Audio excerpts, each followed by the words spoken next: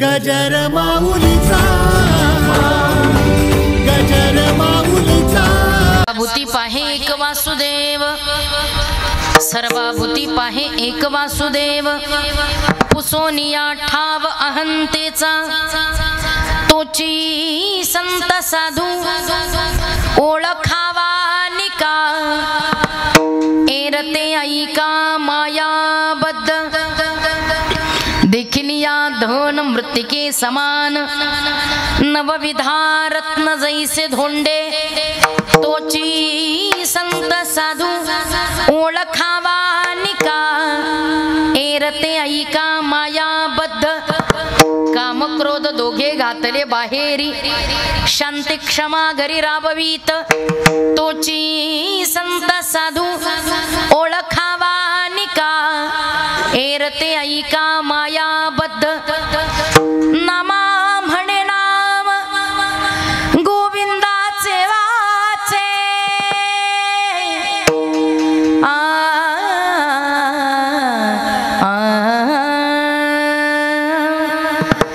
नामा म्हणे नाम गोविंदाचे वाचे विसंबेना त्याचे क्षण मात्र तोची संत साधू ओळखावा निका एरते ऐका मायाबद्ध विठ्ठल विठ्ठल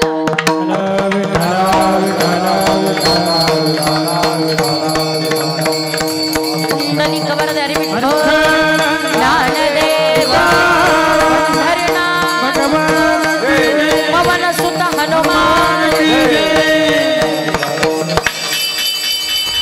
इवं तत्प्रविश मम वाच मिमां प्रसुक्तं सञ्जीवयत्यखिल शक्तिधरस्वधाम्ना अन्यांश्च हस्तचरणश्रवणत्वगादीन् प्राणान् नमो भगवते पुरुषाय तुभ्यं पाण्डुरङ्गा करो पाण्डुरङ्गा करो पाण्डुरङ्गा करो प्रथम नमः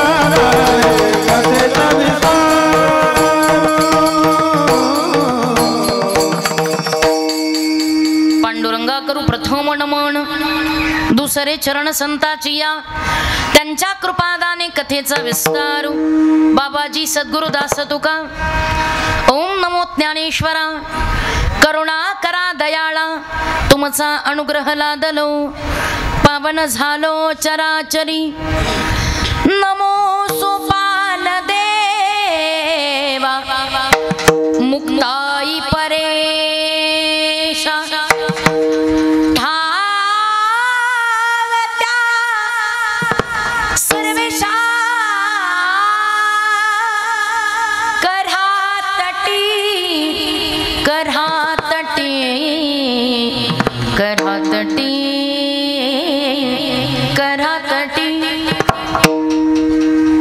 सर्वभूती पाहे एक वासुदेव पुसोनिया ठाव अहंतेचा तोची संत साधू ओळखावा निका एरते ऐका मायाबद्ध श्रीराम प्राप्त प्रसंगी आजच्या कीर्तन रूपी सेवेकरिता घेतलेला अभंग वारकरी संप्रदायाचे ज्येष्ठ अध्वर्यू,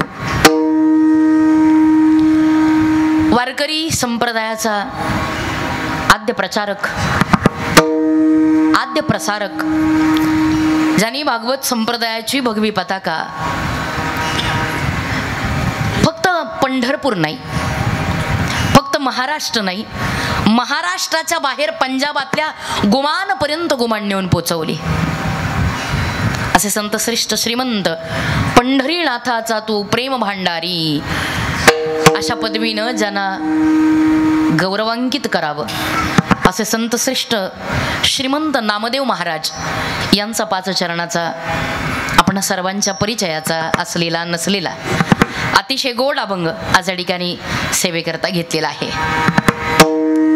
आजच्या अभंगामध्ये नामदेव महाराज खरं तर स्वतःचा आणि स्वात्मानुभव प्रकट करतात. साधूची व्याख्या काय आहे, संतांची व्याख्या काय आहे, कुणाला साधू म्हणायचं, कुणाला संत म्हणायचं, त्या म्हणजे पहिलं चरण, तिसरं चरण, चौथं चरण आणि पाचवं चरण या चारही चरणामध्ये साधूच्या व्याख्या सांगितलेत आणि दुसऱ्या चरणात याला ही वृत्ती असणाऱ्याला साधू म्हणावं याचं उत्तर दिले.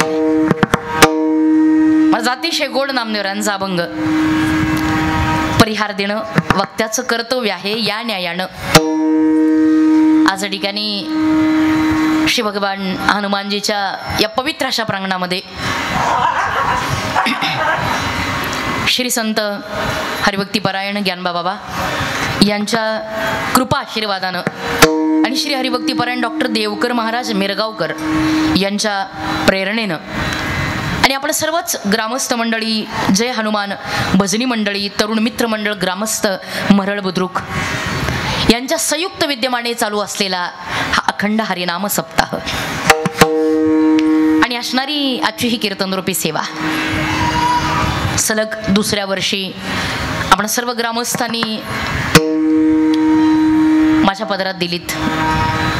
आदरणीय माझ्यावरती खूप प्रेम करणारे आमचे कोऱ्यांना आहेत, त्यांच्या निमित्तानं आणि आपण सर्व ग्रामस्थांच्या परमसहकार्यानं मला ही सेवा प्राप्त झाली. म्हणून सगळ्या ग्रामस्थांचं मी ऋण व्यक्त करते, कारण एवढ्या सुंदर वातावरणात आपण सगळेजण इथे एकत्र येत आहे, या परमार्थाला प्रेरणा देते. त्या निमित्तानं का असेना आपल्या मुखामध्ये भगवंताचं गोड नाम येत आहे. इथं आलेले ते भाग्यवान आहेत, पण जे फक्त जेवायला येतात ते अति भाग्यवान. पण मगाशी मी आले होते, जरा लवकर आले होते, तिकडं पंक्ती बघितल्या, त्याच्या तुलनेत संख्या इथं बरीच कमी आहे.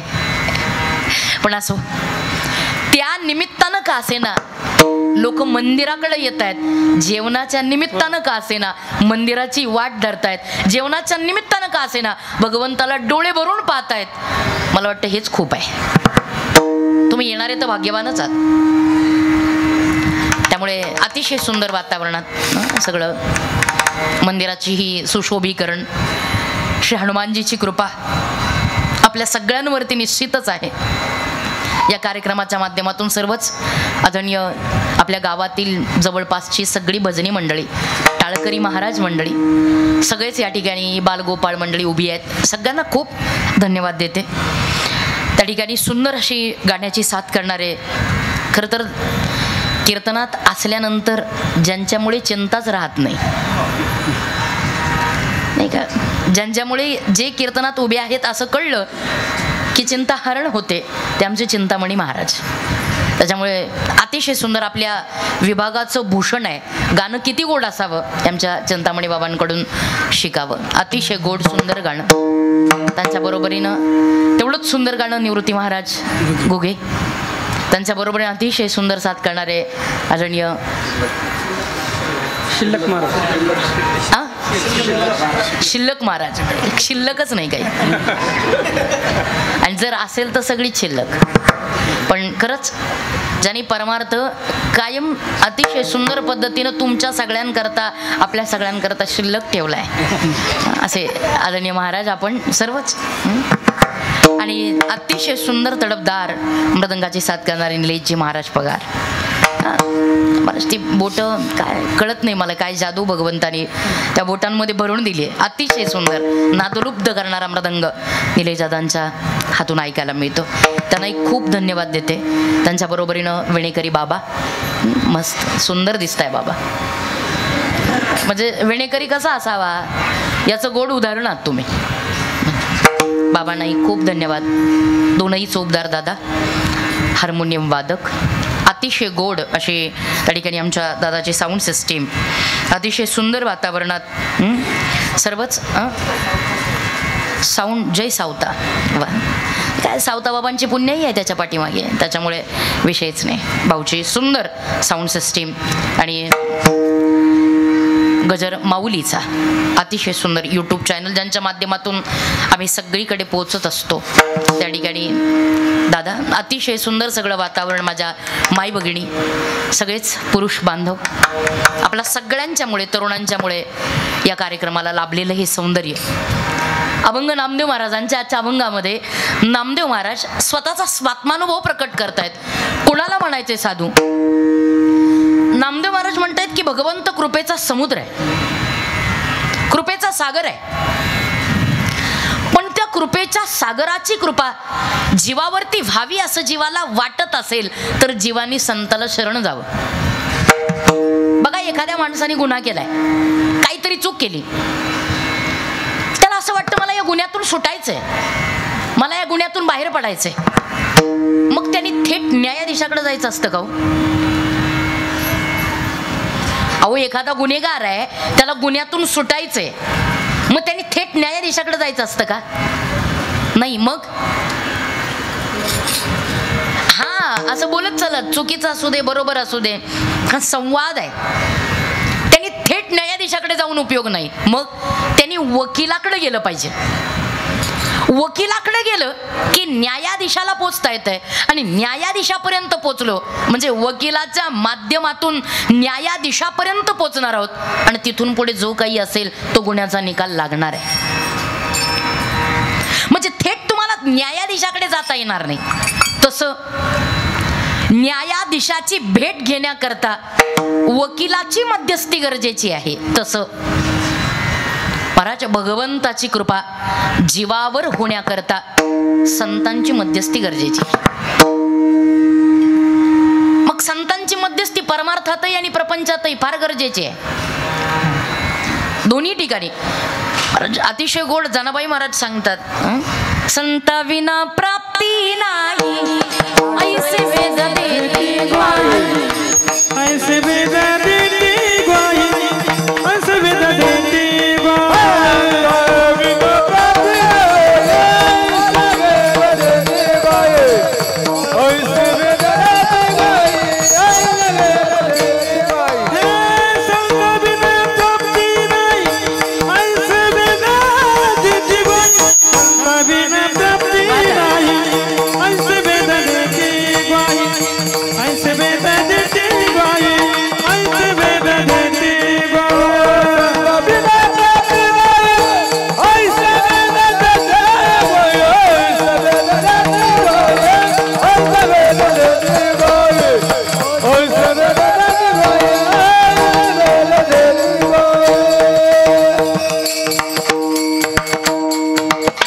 संताविना प्राप्ती नाही, ऐसे वेद देती ग्वाही.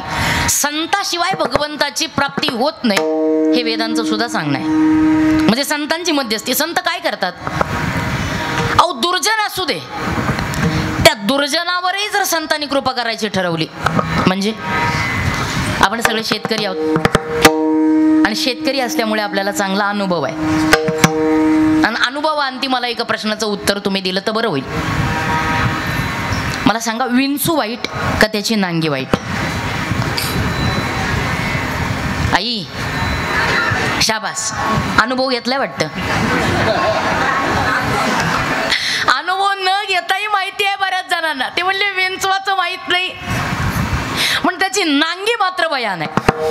मग जो शहाणा शेतकरी आहे ना दादा, तो विंचू नाही कधी मारत. मग त्याची नांगी तेवढी काढून टाकतो. त्याला माहितीये विंचवाचा दोषच नाही, नांगी. तस असं बरेच विंचू आहेत समाजात. त्यांना वारीत आणा, त्यांना सप्त्यात आणा, त्यांना दिंडीला न्या, त्यांना भजनाला आणा, त्यांना पारायणाला बसवा, त्यांना माळ घाला, त्यांना गाथा वाजन करायला लावा, त्यांना हरिपाठाला आणा, त्यांना काकड्याला आणा. ते विंचू काही नांग्या नाही टाकत. मी विंचवाचं सांगते, माणसाचं नाही. बरेच पण संतांचे विशेष आहे की संत दुर्जनाचाही सज्जन करवतात. दुर्जनाचं परिवर्तन सज्जनात. ते खळ मरो नाही म्हणत. आपल्याला पसायदान पाठ आहे सगळ्यांना. जे खळांची व्यंकटी सांडो तया सत्कर्मी रती वाडो भूता परस्परे जडो मैत्र जीवांचे. ते म्हणतात खळ मरू दे नको, मग त्याचा खळपणा मरू दे, त्याचा वाईटपणा मरू दे. म्हणजे बघा, तुम्हाला चांगला अनुभव जर असेल इथं जवळ एखादा साखर कारखाना. साखर कारखान्याचं वैशिष्ट्य आहे दादा, निलेश दादा, कोणतं? म्हणजे काय विज्ञान पुढे गेलं, एवढी विज्ञानानं प्रगती केली की आजच्या काळातल्या विज्ञान युगातल्या साखर कारखान्यात अलीकडच्या बाजूनं ऊस टाकायचा आणि पलीकडच्या बाजूनं शाबास साखर पडलेली डोळ्यांनी पाहिजे, एवढं मधले विज्ञान प्रगत झालं. ऊसाची मुळी तिकडं साखर पोत्यात. एक जण म्हणला, अरे बरोबर आहे तुझं, पण अजूनही तुझं विज्ञान माझ्या संतांच्या 2 पावलं माग आहे. कस काय? म्हणजे तुझ्या आताच्या विज्ञान युगातल्या कारखान्यात अलीकडच्या बाजूने ऊसाची मुळी टाकली तर पलीकडे साखर पडते. म्हणला हो. म्हणला माझ्यासारख्या एखाद्या येड्याने टाकलं, इकडून ऊसाची मुळी न टाकता येड्या बाबळीची मुळी टाकली, एरंडाची मुळी टाकली, कडुलिंबाची मुळी टाकली, पडेल साखर? नाही पडणार. संतांच्या 2 पावलं माग आहे. कारण विज्ञानातल्या कारखान्यात तिकडं साखर पडण्याकरता इकडून ऊसच टाकायला लागतो, एरंड बाबळीची कडुलिंबाची चालत नाही. माझ्या संतांचा कारखाना एवढा श्रेष्ठ आहे, संतांच्या कारखान्यात अलीकडच्या बाजूनं दुर्जन टाकायचा आणि पलीकडच्या बाजूनं सज्जन बाहेर पडलेला डोळ्यांनी पाहायचा. काय विज्ञान, कुठे संतांचं मोठेपण. आणि मग असे संत, मग प्रपंचातही महाराज मध्यस्थी पाहिजेलच. मध्यस्थीशिवाय मजा नाही. सोयरीक करायची मध्यस्थी लागतोच. कोणत्याही विषयामध्ये मध्यस्थ्याची गरज आहे. एखादं पोरग आहे 6वी-7वीचं, दुपारची वेळ पळत घरी आलं. बाप रागात होता. काय बापाचं बिनसलेलं माहित नाही, रागातला बाप. आणि तेवढ्यात ते पोरग तिथपर्यंत आलं. पप्पा पप्पा, आता पप्पाच म्हणावं लागते. काला येतच मै नमा, कारण बाबा म्हणलं की आजोबा होतो. पुन्हा आवाज दिला, पप्पा अहो ऐका की सगळ्या वर्गाने घटक चाचणी 1ची परीक्षा फी भरली, एकटा उरलो मी. आणि सरांनी आज वॉर्निंग दिली की एकटा तू उरलाय, जर तू परीक्षेची फी आजच्याच भरली नाही तुला नाहीच मी परीक्षेला बसू देणार. पप्पा अहो द्या ना पैसे. अहो पप्पा अहो द्या ना पप्पा, लवकर द्या, माझी शाळा भरल, मला सर आत घ्यायचे नाहीत, द्या ना पप्पा. सगळ्या वर्गाने. असा बापाला ताण झाला डोक्याला, आधीच रागावलेला. आणि वड्याचं तेल वांग्यावर. असा रागवलेला बाप धरलं ते पोरग, काही संबंध नाही, पैसे मागायला आलेलं धरलं पोरग, असं मारलं. असंच असं मारलं त्याला. एवढं मारून तो बाप मला झाडाला लागलेत का पैसे नाही मिळत, चल निघून गेला बाप रागाने. तडा तडा तडा तडा तडा पावलं टाकत पोरग रडायला लागलं. मारलंच तेवढं त्याला, मरणाचा तोडवला. काय जेवढं डोक्यात होतं तेवढं त्या पोरावरती राग काढला. हे पोरग रडत रडत आतमध्ये स्वयंपाकघरात त्याची आई आहे. बघा आता आईची भूमिका. स्वयंपाकघरातली आई पोराचा कानावरती रडण्याचा आवाज, हातातलं काम सोडलं पळत. काय झालं, कोण बोललं तुला, का रडतोयस झाली का, मारामारी झाली का, शिक्षक काही बोलले सांग. म्हणलं आई ग, अगं शाळेत कुणी काही बोल. आणि मग का रडतो? डोळ्यातलं पाणी पुस. डोळ्यातलं पाणी पुसलं, त्याला जवळ घेतलं, त्याच्या केसातून हात फिरवला, पदराने डोळे पुसले. काय झालं आई ग? अगं म्हणलं काय बोललो मी पप्पांना? फक्त परीक्षेची फी. त्या परीक्षेची फी मागितली म्हणून एवढं मारलं. एवढं कुठं मारतात का ग? बघ बघ म्हणला माझा गाल बघ. म्हणली हे बघ, डोळ्यातलं पाणी पुस, तुला परीक्षेची फीच. अगं मारलं. मारलेलं जाऊ दे रे, बाप आहे तो. आई बघा कशी भूमिका निभावते. बाप आहे, मारलेलं जाऊ दे, तुला परीक्षेची फी पाहिजे म्हणून तू आलता होय, किती पाहिजे? आई पण पप्पा ए बघ, तुला टेन्शन घ्यायचं कारण नाही. तुझा बाप तुला मारून जरी दाराबाहेर गेला असला, जरी घराबाहेर गेला असला, तरी तुझ्या बापाचा शर्ट मात्र खुंटेला टांगलाय. तुला काळजी करण्याची चिंता नाहीये. चल, नेलं पोराला त्या शर्टापर्यंत, खिशात हात घातला. किती? म्हणला आई 300. 500 देऊ का? बोलला बाप तर खबरदार. नाही म्हणला आई, मला 300च बास ग. 300 हातावर पोराच्या 300 दिले. पोराने घेतले, खुश. डोळ्यातलं पाणी कधीच संपून गेलं होतं, आनंदात निघून गेला आणि माझा दृष्टांतही संपला. आपण सिद्धांताकडे वळूयात. सामान्य व्यवहारात अहो बापाच्या खिशातले पैसे पोराच्या हातावर येण्याकरता मध्यस्थी आईच्याच हाताने करावी लागते. तसं परमार्थ रूपी अर्थात जगत रूपी असणाऱ्या भगवंताच्या हातातले जवळचे कृपारूपी पैसे तुम्हा आम्हा जीवरूपी लेकराच्या हातावर येण्याकरता मध्यस्थी संतरूपी आईनच करावी लागते. त्याशिवाय भगवंताची कृपा संतांच्या मध्यस्थीशिवाय होऊच शकत नाही. ते म्हणजे नुसतं कोरडं बोलू नका, पुरावे बोलायचे. बाकी कीर्तनकारांनी फापट पसारा बोलायचंच नाही. जे बोलायचे ते प्रमाणांमध्ये, जे बोलायचे ते पुराव्यांनिशी बोलावं. म्हणजे तुमच्याकडे पुरावा काय आहे? म्हणजे पुरावा आहे की संतांची कृपा झाल्याशिवाय भगवंत आपल्यावरती कृपा करतच नाही. मध्यस्थी संतांची व्हावी म्हणजे याला पुरावा आहे. अगदी थोड्या वेळा करता रामायणातला. ज्या वेळेला हनुमानजी लंकेत गेले, हनुमानजीच्या रावळामध्ये आपण उभा आहोत आणि असं आहे, ज्याची खावी त्याची वाजवावी. नाही तर उभा राहिलो हनुमानजीच्या मंदिरात आणि गातो खंडोबाची गाणी. नाही ना, हे त्यांना नाही ना पटणार. त्याच्यामुळे ज्यांच्या प्रांगणात उभा आहोत त्यांचं गुणगान गाणं गरजेचं आहे. हनुमानजीनं लंका पेटवली. महाराज म्हणतायत, जाळी येली लंका, जाळी येली लंका, हे जाळी येली लंका, जाळी येली लंका.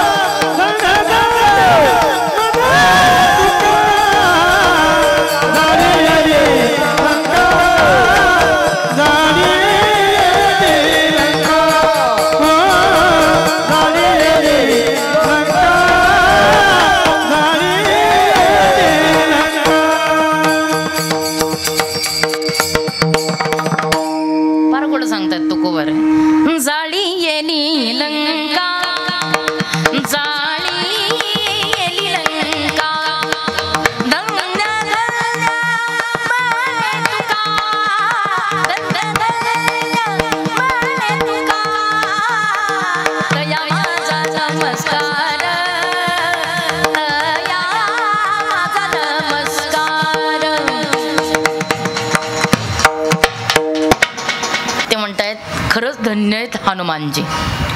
लंका जाळली आणि लंका जाळून झाल्यानंतर रावणाला कळलं, नंतर कळलं की लंका पेटवली. हे असा राग आला या रावणाला. रागाच्या भरात रावण त्या उच्च सिंहासनावरती महाराज काही झालं का?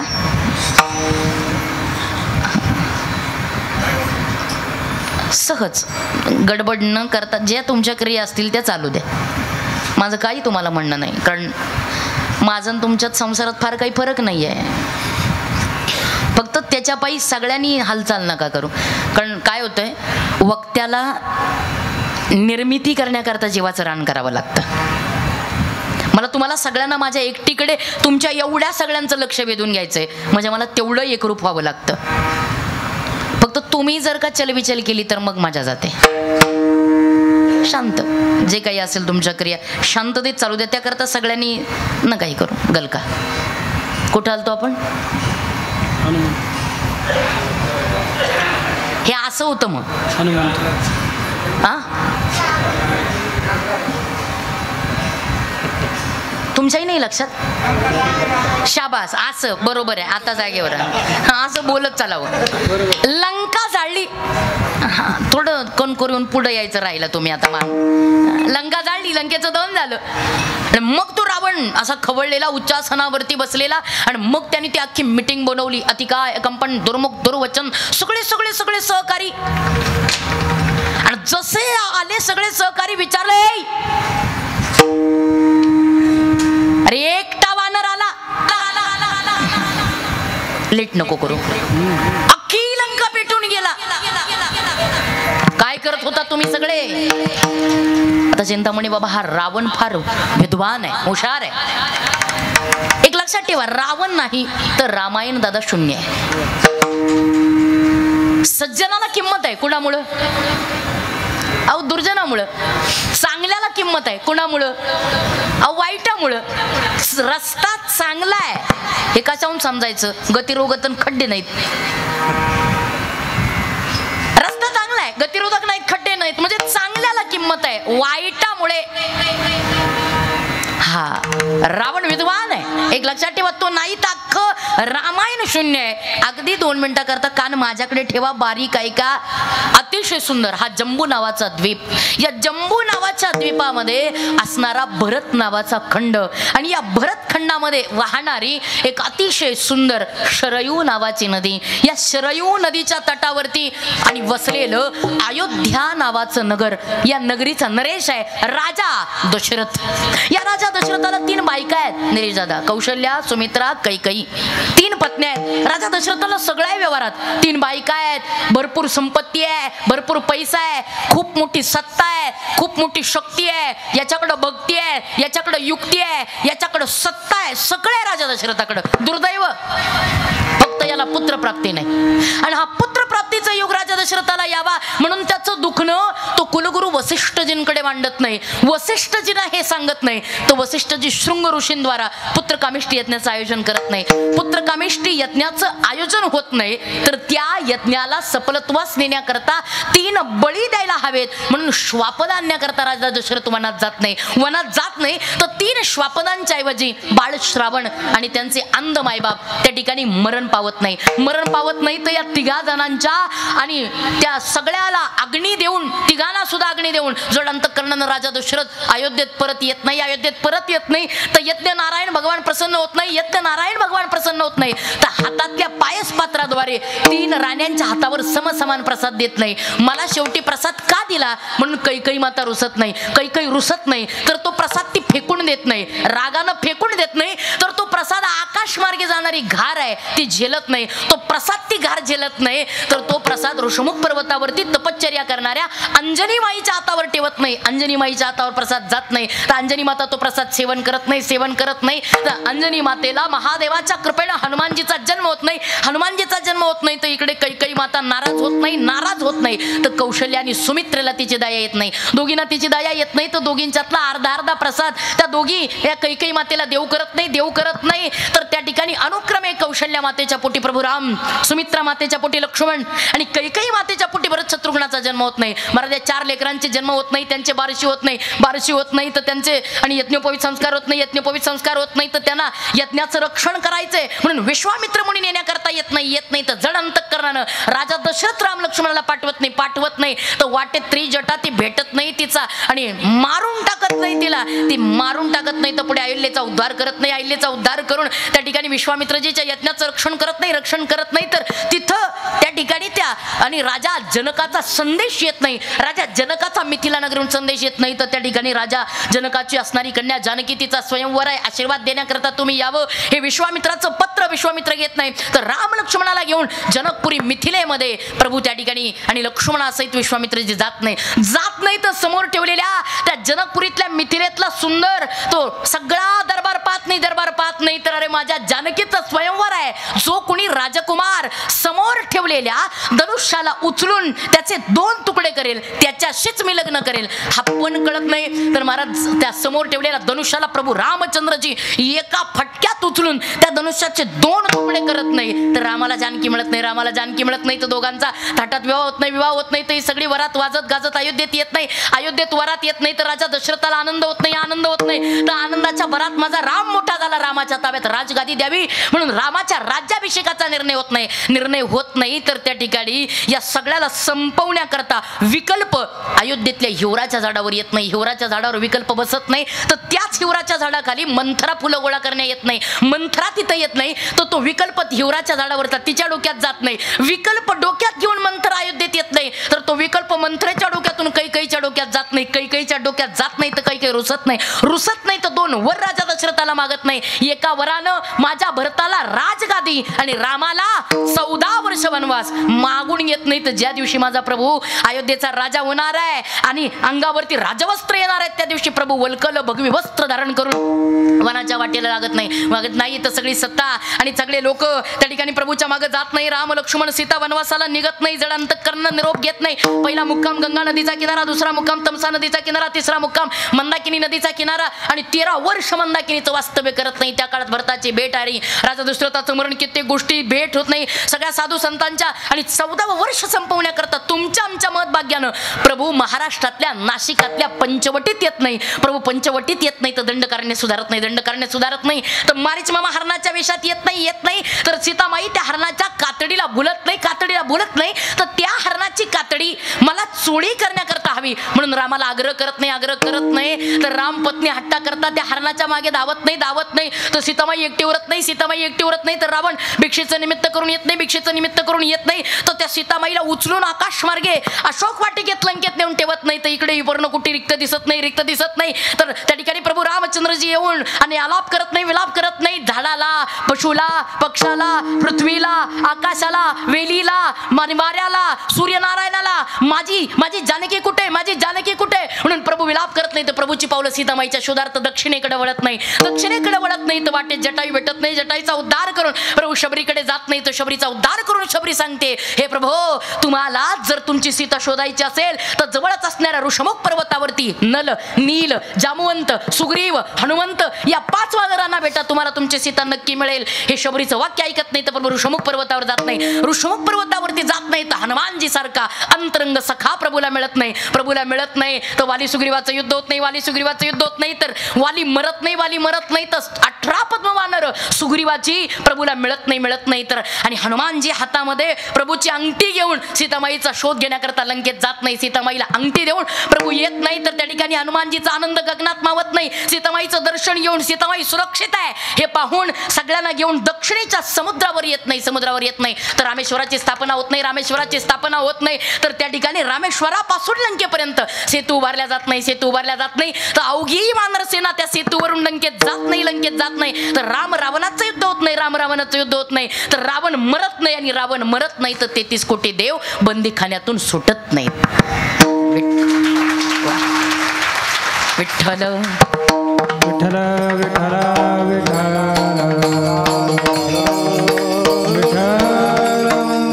कळलं काही तू म्हणलं असेल चाललंय चांगलं चालू द्या, जेव्हा संपल तेव्हा संपल. काय चाललं शाबास. एवढं कळलं तरी मी मिळवलं. बरं आता जर का तुम्ही मला म्हणाल आता परत होऊन जाऊ द्या, वन्स मोर नसतो. बाकी सगळ्याला वन्स मोर आहे, याला नाही. बरं एकाने सहज विचारलं, काकू तुम्ही म्हटलं होतं ना वन्स मोर झाला पाहिजे. तेव्हा एकाने मला सहज विचारलं, म्हटले काय एवढं कुत्रं मागायला लागायचं कारण काय? काय माणसाच्या तोंडाला निलेश बाबा हात लावता येतो का? काय म्हणले एवढी घाई करण्याची कारण काय? म्हटलं आता एक आहे, मुळातच रामायण सांगायला लागतात 8 दिवस, रोज 3 ते 4 तास. 8 दिवस 3 ते 4 तास खर्च करायचे. 4 तास खर्च करून एवढा वेळ आहेच कुणाला? मग ज्याला 8 दिवस वेळ नाही त्याला काही मिनिटात आपलं एवढंच नाही. मुळातच कुत्रबित्र काही मागं लागत नाही. एवढाच प्रश्न आहे, जिच्या नावातच गीतांजली आहे तिने एक्सप्रेसच चालायला पाहिजे. ते स्लो चालून नाही ना उपयोग. नावही सार्थकी लावलं पाहिजे. आईबापांनी ठेवलंय ना ते, मग ते सार्थकी करण्याकरता ठेवलेलं आहे. अट्टाहास आहे का? एवढा मोठा आलेख मी एवढ्याकरता तुमच्या पुढे मांडला. हा रावण नाही, रामायण शून्य. त्या रावणानं ती भली मोठी भरवलेली सभा रे, एकटा वानर आला अख्खी लंका पेटून गेला. काय करत होतात? म्हटले सरकार तुम्ही चिंता करू नका. बाकीचे म्हटले चिंता करू नका तुम्ही, आम्ही मर्द बसलो इथं. बिभीषणाला पटलं नाही. म्हटले दादा तुझ्या या मर्द सरदारांना माझा प्रश्न आहे. एकटा वानर आला अख्खी लंका पेटून गेला, त्यावेळेला आत्ता मर्द म्हणणारे तुझे सरदार पिऊन पडले होते का? म्हणले तुझं बरोबर आहे, काय करायला पाहिजे? ऐकाल? नक्की ऐकेल. म्हणले दादा एकच करा. रिघाल्या श्रीरामा शरण, सकळ कुळाचे कल्याण. तुमचा वाचेल प्राण, कुंभकर्ण जगेल, कुंभकर्ण जगे, कुंभकर्ण जगेल. भावार्थ रामायण नाथबाबाचं. ते म्हटले एक करा दादा, प्रभू रामचंद्रजीला सर्व भवानी शरण जा. रामाच्या शरणागतीत जीवाचं कल्याण आहे. अभंगाला थोडस मी स्पर्श करते. रामाच्या शरणागतीत जीवाचं कल्याण आहे. ज्या वेळेला ऐकलं हे असा तळा तळा तळा तळा तळा तळा तळा तळा रावण उतरला. धरलं असंच घडलं पाहिजे तर मजा येते. धरलं बिभीषणाचं गचुंड. जसं कुणाचा भाऊ आहेस?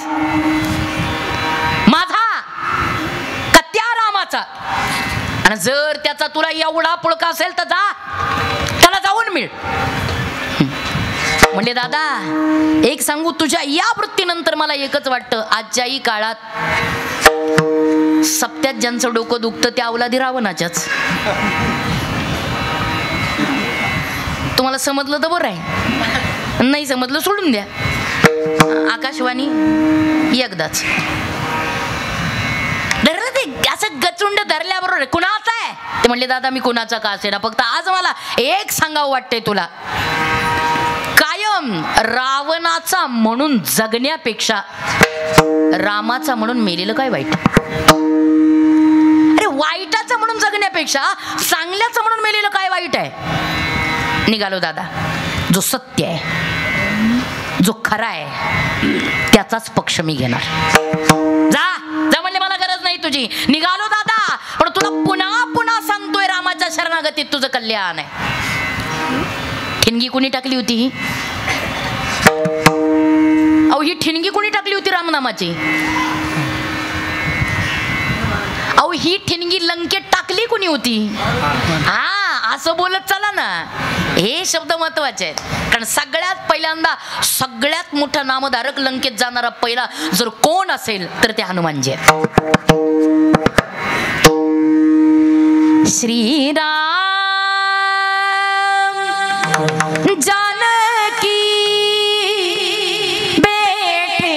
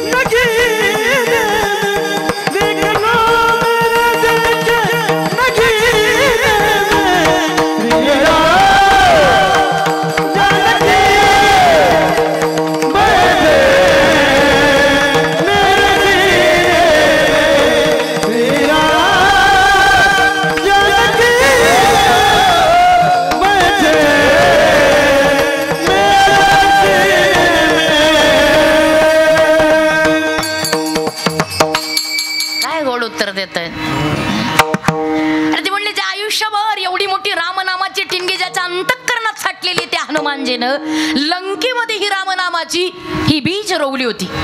त्याचा परिणाम बिभीषणावर झालेला. बस रामाच्या पक्षात आणखीन एक उमेदवार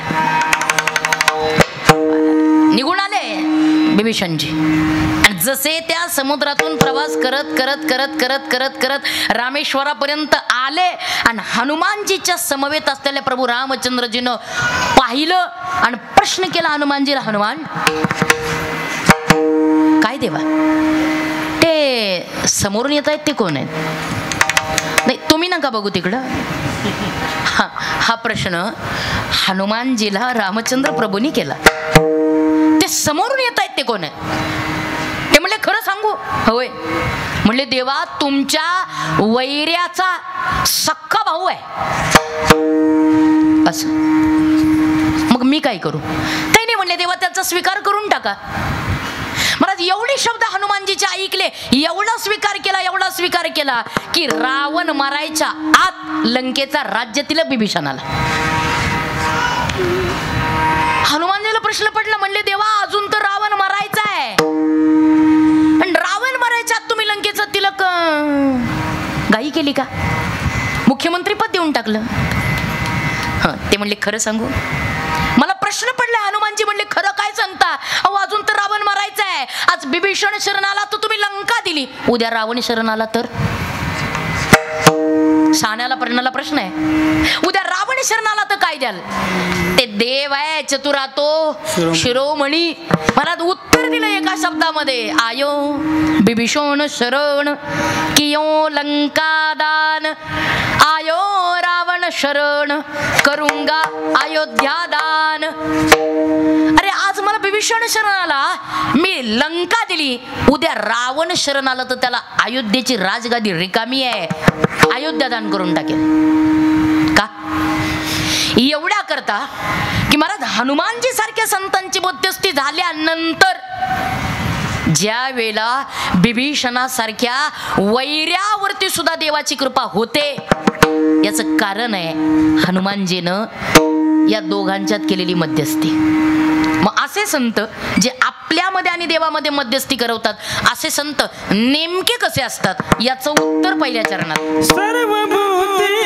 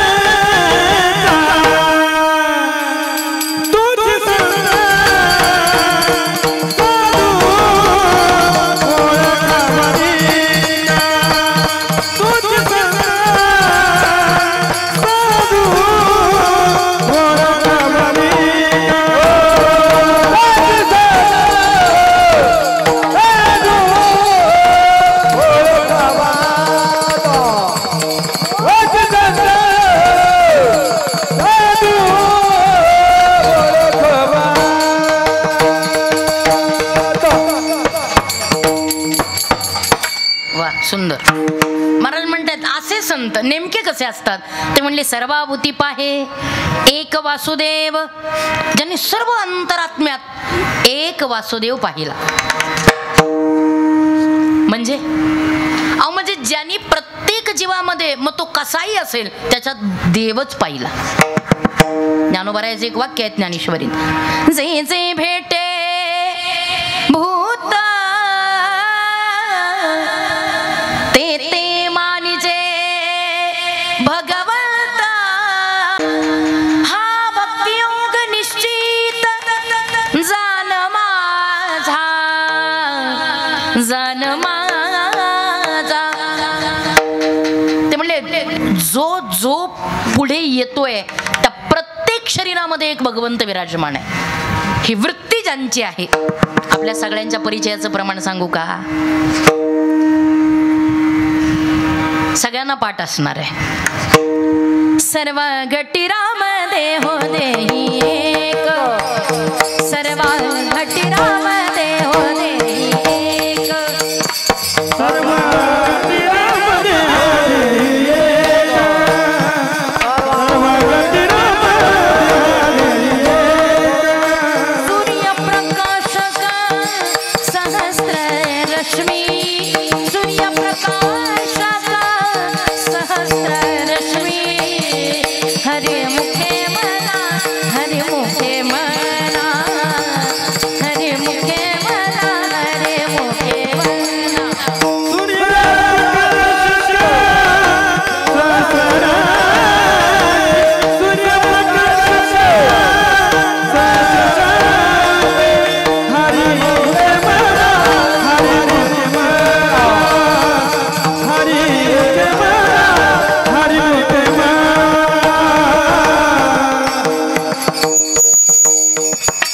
सगळ्यांच्या परिचयातलं प्रमाण आहे. सर्व गटी राम देहोदेही एक, सूर्यप्रकाशक सहस्ररश्मी. प्रत्येकाच्या हृदयामध्ये एक भगवंत विराजमान आहे. ही वृत्ती म्हणले नुसतं सांगू नका, पाहिला का? पुरावा द्या. सर्व अंतरात्म्यात एक वासुदेव पाहिला. कुणी पाहिला? कसा पाहिला? काय पुरावा आहे? पहिला पुरावा आहे ज्ञानोबारायांनी पाहिला. कोणात? रेड्यात. बेअक्कल प्राणी आहे रेडा, पण ज्या वेळेला पैठणला सांगितलं गेलं की तुझं नाव ज्ञान आहे आणि आमच्या इथं पाणी वाहणारा रेडा आहे, त्याचंही नाव ज्ञानाच आहे. पण एक आहे, सगळेच पाणी वाहणारे रेडे असतात असंही. ते म्हणले नावात काय विशेष आहे? माझं आणि त्याचं नाव एक आहे, नवल नाही. त्याचं आणि माझा आत्मा एकच आहे. असं त्याला मारलं तर तुला लागेल का? अरे का नाही? जर माझा आणि त्याचा आत्मा एक आहे, लागणारच की. एवढा बेअक्कल प्राणी, पण ज्या वेळेला त्या रेड्याच्या डोक्यावर हात ठेविला, मस्तकी प्रसाद देवोनी केले सुखी. मला ज्या वेळेला डोक्यावर हात ठेवला, किती आपण माहिती आहे सगळ्यांना, तुम्हाला माझ्यापेक्षा मला तर काहीच नाही, एवढा अनुभव तुम्हाला जनावरांचा आहे, एवढा अनुभव तुम्हाला गुरांचा आहे. परत 100 गायी परवडल्या, 20 म्हशी पोसणं अवघड आहे. ज्यांच्याकडे म्हशी आहे त्यांना अनुभव आहे. 100 गायी असू द्या, त्या 100 गायीचं एखादंच बछडं सोडा, एखादंच वासरू, भयान फरक आहे महाराज गायीच्या वासरात आणि म्हशीच्या रेडकात. तुमच्याकडे रेडकूच म्हणतात ना? हा, म्हशीच्या त्या पिलाला काय म्हणतात? मला ऐकू येईल असं बोला. पारडू. हा, म्हणजे तुम्हाला शब्द कळावा म्हणून विचारते. आमच्या इकडे त्याला ते काय रेडकू म्हणतात, मग तुमच्या इकडे त्याला पारडू म्हणतात. म्हशीचं पारडू. 100 गाई, हा, त्या 100 गाईतलं एखादंच बछडं, एखादं वासरू सहज सोडा.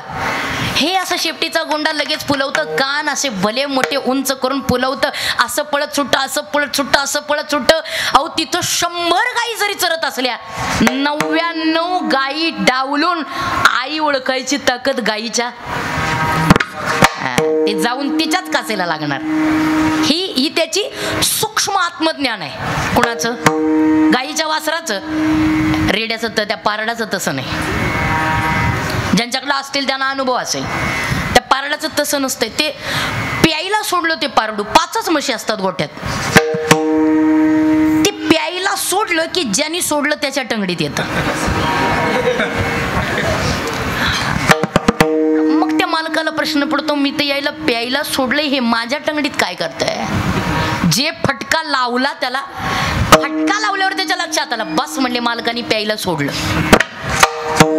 जे गेला काही मागचा पुढचा विचार नाही त्या पारडाचा, जसं गेलं जाऊन त्या पहिलीच्या कासेला लागलं. त्या पहिलीने विचार केला, म्हटलं मी अजून व्यालीच नाहीये, माझं कुठलं? फाश दिली, लात पाडलं बाजूला त्याला. जसं बाजूला पडलं पुन्हा उठलं, असं बळच बळच उठलं, गेलं दुसरीच्या कासेला. दुसरी म्हणली माझं तर तिकडं चरतय, हे कोण?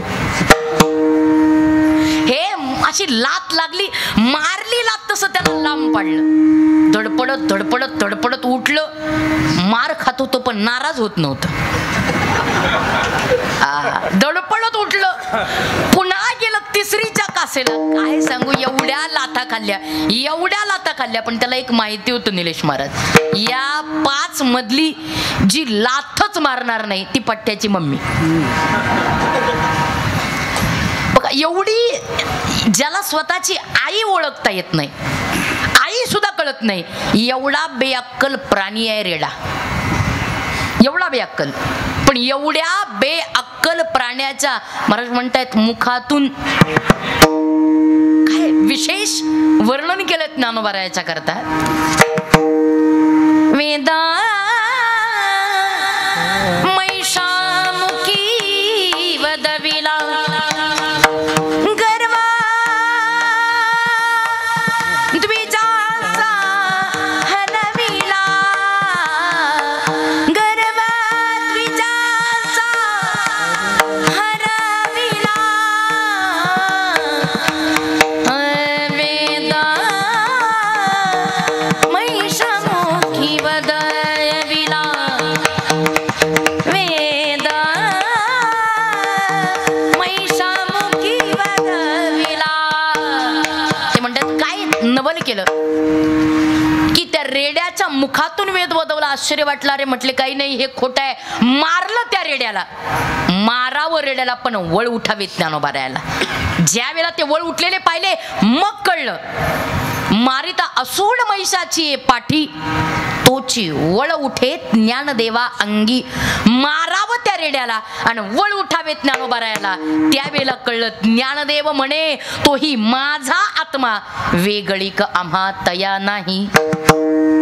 प्रमाणानुसार सिद्ध करतात, माझा आणि त्याचा आत्मा एकच आहे. म्हणून ज्ञानोबरायांनी रेड्यामध्ये वेद बदवले, रेड्याला सुद्धा वेद बदवायला लावले. परत आजच्या कीर्तनकारांमध्ये आम्हात काही क्षमता नाही, आम्ही पेताळाला सुद्धा जागेवर आणू नाही शकत. आम्ही असलेले माळकरी बिघडवून टाकू शकतो.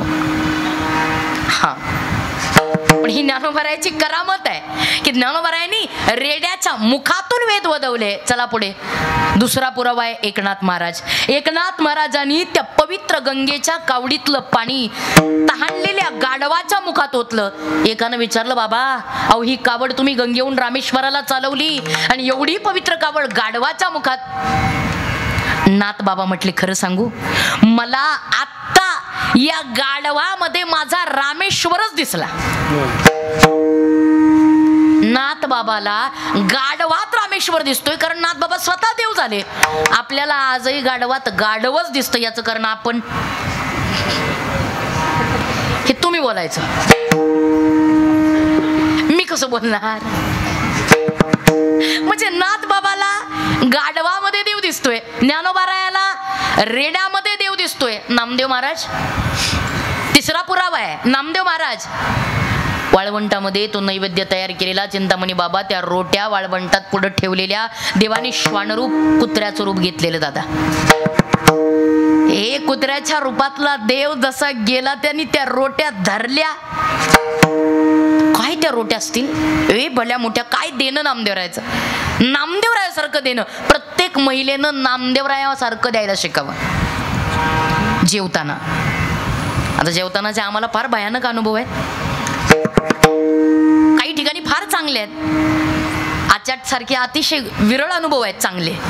अतिशय सुंदर आजची जेवणाची व्यवस्था, पण फार कमी ठिकाणी आहे. आम्ही पुण्यात एके ठिकाणी जेवायला गेलो, 7-8 जण,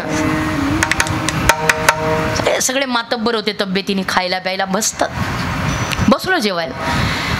पहिल्या पंक्तीला त्या चपात्या वाढून शेवटच्या पंक्तीला ती पोळी जाईपर्यंत पहिल्याचं ताट रिकामं. तिने परत यायचं, ताई देऊ का पोळी? आता ताटात दिसत नाही आणि दिसत नसली तरी म्हणायचं देऊ का पोळी? म्हटलं आता द्याच. खाणाऱ्यांनी खाताना निर्लज्ज होऊन खावं तर पोट भरतं. हा अनुभव तुम्ही सगळ्यांनी घ्या बाबांनो, नाही तर उपाशी राहण्याची वेळी. मी घेतलाय. झालं परत पहिल्यापासून शेवटच्या पंक्तीला जाईपर्यंत परत पहिल्याचं ताट रिकामं झालं. परत आली बिचारी, ताई देऊ का? नाही म्हटलं दिसत नाही म्हणजे द्याच आता. झालं परत पहिल्याच्या ताटाहून शेवटच्या ताटाला जाईपर्यंत झालं परत पहिल्याचं ताट रिकामं. परत आली घेऊन, ताई चपाती वाढू का? नाही म्हणलं आता नाही म्हणजे वाढाच. तो पहिल्याहून शेवटच्या ताटाला जाईपर्यंत परत रिकामं. मी विचार केला, म्हटलं आता हे देऊ का, हवं का, वाढू का? आता हे आमच्या पुण्याकडे फार चालतं, इकडे फार तुम्ही द्यायला उदार आहेत मावल्या, त्याच्यामुळे तुमच्याकडचा काही विषयच नाही. विचार केला, म्हटलं हे चालायचंच कवर, देऊ का, हवं का, घालू का? एकदाच म्हणलं एक गाव काय तुमच्याकडे असतील तेवढे तुकडे. नाही तर मी म्हणायचे एक आणि तुम्ही म्हणायचं दोन, कशाला स्पर्धा करायची?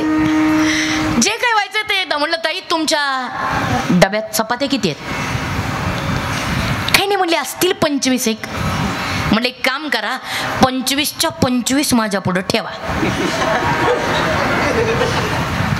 तुम्हाला काय वाटलं तुमच्यासारख्या ते एवढ्या होत्या? तळ हाताची एक चपाती, 25च्या 25 माझ्या पुढे ठेवा. हे साधा गडी बसला तर एका वेळेला 10 मुरगडी. तिने ठेवल्या नाही, तिने त्या ठेवल्या नाही. ऐकताय ना तुम्ही? तिने ठेवल्या नाही त्या, मग आपटल्या. अशाच आपटाव्या लागतात निलेश दादा. हे आपटल्या आपटून शांत बसते. तिला बाई कसं म्हणावं? हे तडा तडा तडा तडा तडा तडा तडा आतमध्ये गेली. स्वयंपाकघरात तिचं पोरगं होतं, अगदी 6 वर्षाचं लहान ग पोरगं. त्याचं खेळणं चाललेलं काही नव्हतं. त्याचं एक नाही दोन नाही, मस्त रील्स पाण्यात मशगूल होतं पोरगं. जसे आता काही कीर्तनात आहेत, मस्त खेळणं चाललेलं, मस्त आनंदात आहे ते पोरगं. ही जशी गेली ते पोरगं धरलं. आता पुढचं मी सांगू का तुम्हाला? हे पोरगं धरलं, असं मारलं. काय त्याचं झालं असेल देव जाणो. एवढं मारल्यावर हे एवढं पोरगं मारलं. मारताना मोजून 4थ्या पटक्याला म्हणायची, मागशील पुन्हा चपाती मूर्खा. टाक ठोका. बराच वेळ डोक्याचा कार्यक्रम. आता विचार करा, बाहेर 25 जरी डब्यात असल्या तरी खावतात का बाबा? समोर असल्या तरी, भूक पोटात असली तरी, 25 जरी असल्या तरी खाण्याची इच्छा नाही. शेवटी विचार केला, म्हणलं बिचारे पोराला हात मारायचं चाललंय, मरणाची बाई मारते, ते पोरगं रडतंय, जीवाच्या आकांतानं ओरडतंय, त्याचा दोष. मी बाहेरून आवाज दिला, म्हणलं ताई का मारता त्याला? म्हणजे माझा आहे बघून घेईल. म्हणलं तुमचंच आहे. आम्ही कुठं म्हणतो आमचं आहे? तुमचंच आहे, पण त्याचा दोषच नाही ना त्याला मारायला. त्याला का मारता? म्हणलं ताई एक काम करा, तुमच्या जवळच्या चपात्या संपल्या असतील तर संपल्या म्हणून सांगा आणि भात आणा.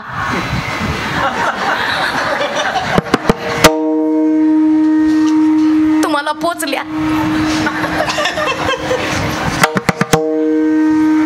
संपल्या असतील, संपल्या म्हणून सांगा, भात आणा. आतूनच बाई विजय सारखी कडाडली, ताई ज्या भागात भात पिकत नाही त्या भागातली माणसं आम्ही भात खातच नाही. आणि मग आणायचं कशानं नाव घ्यायचं? हे आमचं देणं आहे. मला ते देणं नामदेव रायाचं होतं. काय देणं असावं? त्या रोट्या ज्या वेळेला त्या कुत्र्यानं ओढल्या, नामदेव राय त्या कुत्र्याच्या माग धावले. हाती घेऊन तुपाची वाटी,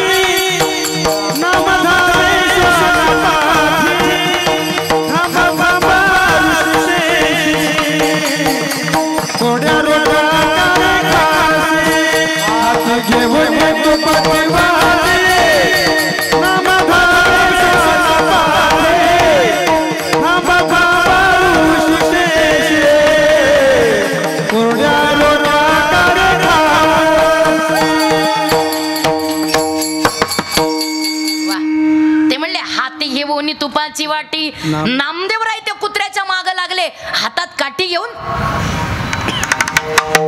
नाही मग अहो तुपाची वाटी घेऊन. देवा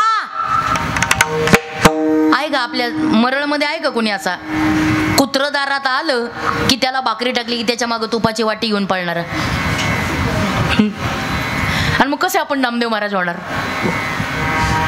ए नामदेवराय धावले त्याच्या मागे काडी तुपाची वाट. देवा देवा ओळखलं तुम्हाला. मला माहितीये तुम्ही माझा विठोबा आहात. देवा अहो थांबा. नुसत्या रोट्या खाऊ नका. नुसत्या चपात्या खाल्ल्या थोड्याशा कडक आहेत. त्याला पापुद्रा आलेला नाहीये. थोड्या कडक आहेत वात्रटलेल्या आहेत. नुसत्या चपात्या खाल्ल्या तर तुमचा घसा दुखेल. तुमचं पोट दुखायला लागेल. खरबडून निघेल कसा. थांबा तिथंच. मी तिथं येतो. त्या रोट्यांना त्या चपात्यांना तूप लावून देतो. मऊ होतील मगच खा.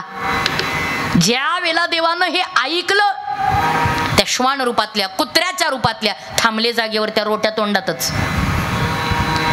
विचारणारे नामा ज्या वेळेला पाठीमागे वळल्यानंतर तव हे श्वान हसोनी बोले.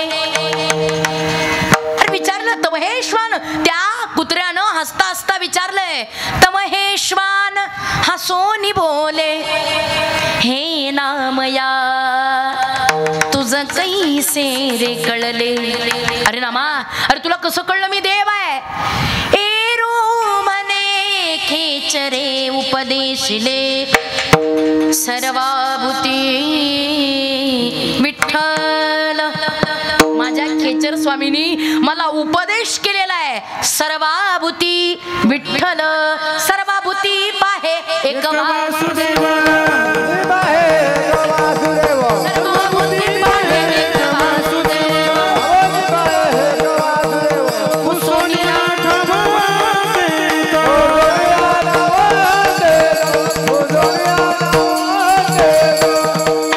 ज्यांनी सर्व भूत मात्रात एक वासुदेव पाहिला. ज्ञानोबारायांनी रेड्यात, नाथबाबांनी गाढवात, नामदेवरायांनी कुत्र्यात देव पाहिला.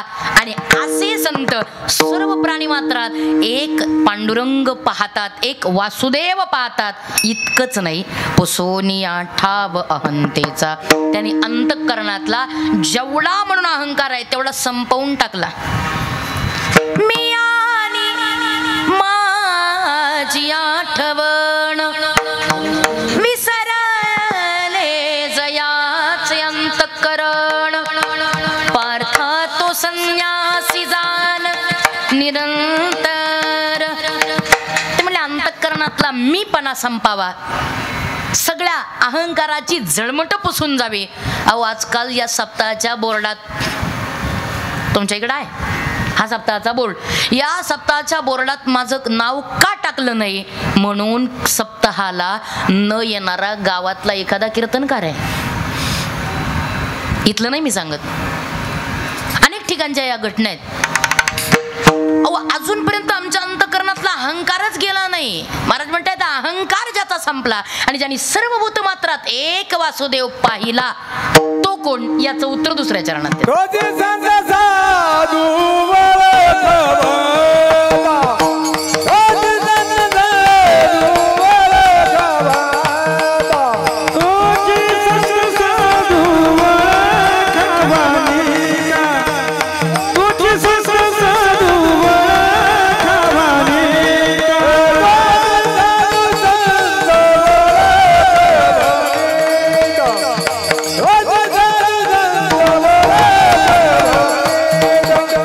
तुझी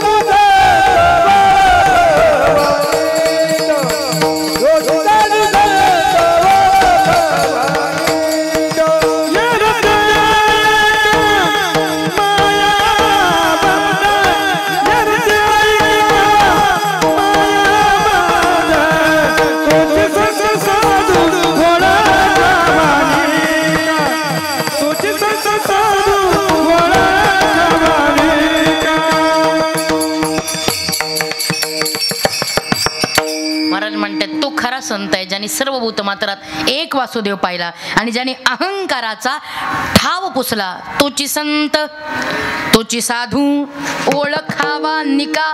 तो खरा संत आहे, खरा साधू आहे. आणि याच्या व्यतिरिक्त आपण सगळे एरते ऐका मायाबद्ध, आपण मायेमध्ये अडकलो. एखादी आजी आहे, 70 वय झालं आणि 70च्या वयात त्या आजीला सांगितलं, म्हातारे झालं सगळं प्रपंचातलं, मुलं झाली, नातू झाले, पंतू झाले, झालं आता तरी म्हणलं चला वारीला. बरं म्हणले, असं म्हणताय, घ्या घ्या नाव घ्या म्हणली माझं, आता राहिलंच काय आपलं. नाव घेतलं म्हातारीचं. जरा म्हातारीचं नाव घेतलं. एकादशीचा दिवस सगळे वारकरी गावात देवाजवळ, मारुतीच्या देवळापुढे दिंडी, सगळे आले. म्हातारीचा कुठं तपास आहे? ए अण्णांसारखा पारमार्थिक. अरे म्हटलं बघून तरी येतो, म्हातारी का आली नाही? नाव तर दिलंय. गेले त्या म्हातारीच्या. अगं म्हणले, म्हातारे निघले सगळे वारकरी, ही एकटी उरली, चल लवकर, वाट बघतात सगळे, निघायचंय. म्हणली असं वय? म्हणली वा पुढं, आलेच मागून. वा पुढं म्हणली. आता ही म्हातारी निघून गेले ते अध्यक्ष. आता त्या म्हातारीची सून आहे थोरली, एक साधारण 50 ते 52 वयाची. म्हातारीनं आवाज दिला, सुनबाई. काय आत्या? वारीला चालले. झालं मग आत्या, आता 9:45 वाजून 10:30 वाजून गेले, निघायचं मग. सुनबाई, वारीला जायचंय पण काही सूचना द्यायच्या म्हणून थांबले. सूचना? हो. कसल्या सूचना? सूचना क्रमांक 1. कसली सूचना त्या? ऐक. भिकारी आला दारा, सांग गेले मी पंढरपुरा. भिकारी दारात आला तर त्याला सांग, माझी सासू पंढरीला गेली आणि ती येईपर्यंत तुला भीक मिळणार नाही. तोवर त्यांनी पार मरावं. नाही आत्या, मी नाही कुणाला द्यायची, तुम्ही जा बिंदास, कुणाला भीक घालणार नाही, कुणाला काही देणार नाही. सुनबाई, सूचना क्रमांक 2. कोणती? उखळ मुसळ जाते माझे मन गुंतले ते उखळ आहे, ते मुसळ आहे, ते जात आहे, माझं मन त्याच्यात गुंतलं. आता बऱ्याच जणांना माहितीच नाही. आता फक्त लग्नापुरतं तेवढं जातं उरलं, बाकी काही देणं की नाही उघडा मुसळाचं. आत्या, कोणी त्या दगडाला खात नाही, मनातल्या मनात म्हणली. तुम्ही चिंता करू नका त्या उघडाला, मुसळाला, जात्याला मी जपून जपून जपून ठेवल प्राणपणाने. सुनबाई, सूचना क्रमांक 3. अजून आहेच का? हो, महत्वाची आहे, काळजीपूर्वक ऐक. झोपली नाहीस ना? नाही आत्या, बोला तुम्ही, मी जागी आहे. ऐक सुनबाई. माझी हातीचा कलवडू माझे वाचोनी नको फोडू. कलवड कळतो तुम्हाला? बरं आहे, म्हणजे तुमच्याकडे शब्द हाच आहे. कारण शब्द वेगळा झाला की मग गोंधळ होतो, तो घोटाळा नाही झाला पाहिजे. त्या सासूनं सांगितलं सुनेला, म्हणली सुनबाई, तो जो गौऱ्यांचा कलवड आहे तो मी माझ्या करता रचून ठेवला. मला माहिती होतं तुमच्या मनात असं काहीतरी काळं पांढरं येणार. अहो, तिच्या करता म्हणजे ती आल्यावर पोचवायला नवं, तिच्या करता म्हणजे ती आल्यावर त्याच्यावरती स्वयंपाक बनविण्याकरिता. आत्या, अहो ठीक आहे, मी नाही त्या कलवडाला हात लावणार, तुम्ही चिंता करू नका. आनंदात जा, आनंदात यात्रा करा. जा तुम्ही. निघाली म्हातारी दाराच्या बाहेर. 5 पावलं. काय म्हातारीच्या डोक्यात आलं, पुन्हा थांबली. माझ्या सुनेचे मोठे चाळे, म्या पंढरी जावे हिला वाटे. म्हणजे मला माहिती आहे माझ्या सुनेचे चाळे आहेत. तिला वाटतं माझी सासू दिंडीला जावी, तिला वाटतं माझी सासू भजन करत करत जावी, तिला वाटतं माझी सासू वारकऱ्यांबरोबर हा आनंद भजनाचा घेत जावी, तिला वाटतं माझ्या सासूनं हा ब्रह्मानंद घेत घेत पंढरपुरात जावं, तिला वाटतं माझी सासू पंढरपुरात गेली की चंद्रभागेच्या पवित्र स्नानाला जावी, तिला वाटतं माझी सासू पवित्र स्नानाला चंद्रभागेत उतरली की त्या पात्रात तिथंच बुडून मारावी. काय ऐकता तुम्ही? काय म्हटली? मला माहिती आहे माझ्या सुनेचे चाळे काय, तिला वाटतं मी तिकडच खपावी. हा मला माहिती आहे. आणि म्हणून म्हणली मी ठरवलं काय, मुलं नातू लेकर आणि इथंच माझं पंढरपूर. त्या सुखरूप सागराकडं 5 पावलं बाहेर गेलेली म्हातारी आली ना परत. महाराज म्हणले आवा निघाली पंढरपुरा, आवा निघाली पंढरपुरा, निघाली पंढरपुरा, निघाली पंढरपुरा. पासून आली घरा, पासून आली घरा, पासून आली घरा, आवा आवा आवा आवा निघाली पंढरपुरा, निघाली पंढरपुरा, निघाली पंढरपुरा, निघाली पंढरपुरा. माझे हातीचा कलबडू, माझे हातीचा कलबडू, माझे हातीचा कलबडू, माझे वाचूनी नको फोडू. आवा आवा आवा निघाली पंढरपुरा, आवा निघाली पंढरपुरा. निघाली पंढरपुरा, निघाली पंढरपुरा, निघाली पंढरपुरा.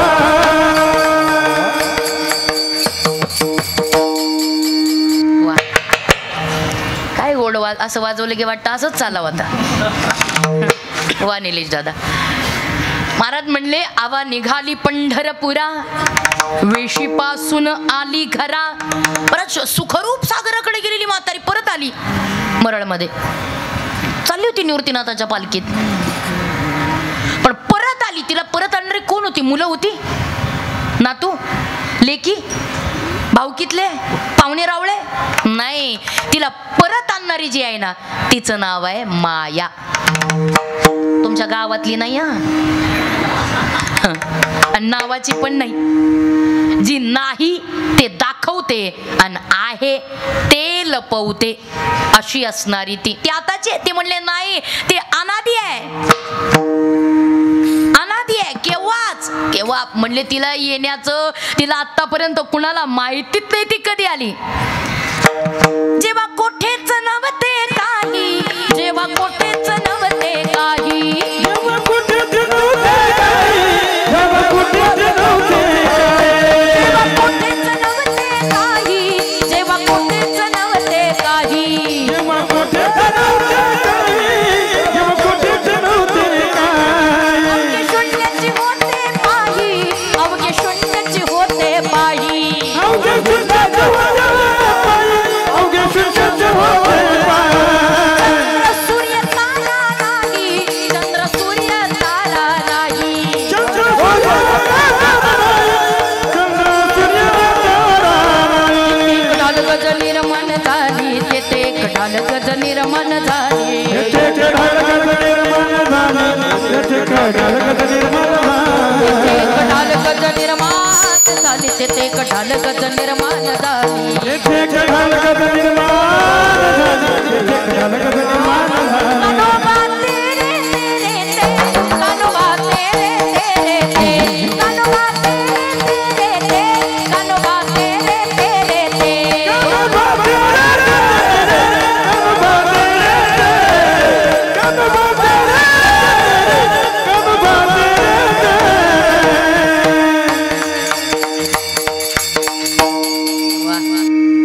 ते म्हणले जेव्हा कोठेच नव्हते काही, जे अवघे शून्यची होते पाही, चंद्र सूर्य तारा नाही, तेथे एक ढालगज निर्माण झाली. कान्होबा तेरे तेरे ते बोलले त्यावेळेला तिथे एक ढालगज. आता ढालगज हा शब्द म्हणजे शिवी आहे, तुम्हाला कळला तर माहिती असेल. ढालगज हा शब्द बाईला शिवीत वापरला जातो. एक ढालगज निर्माण झाली. आता ढालगज कुणाला म्हणतात? अहो जी नवऱ्याचं ऐकत नाही ती ढालगज. जाग्यात ना तुम्ही, जागे असल्या म्हणजे बरं आहे. आता आपला आपण घरी जाऊन विचार करायचा, आपण ढालगज आहोत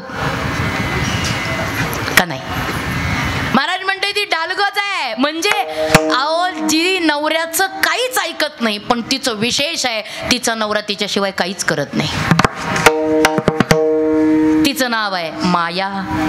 तिथे एक ढालगज निर्माण झाली. महाराज म्हणतात म्हणून अवघं जग तिच्या ताब्यात आहे. अवघं जग ती म्हणेल तसं वागणार आहे, पण अवघे जग म्हणून आपण एरते ऐका मायाबद्ध, आपण माये न ग्रासलेलो आहोत. पण महाराज संतांचं एक विशेष आहे. ज्ञानदेव म्हणता माया, ज्ञानदेव म्हणता माया,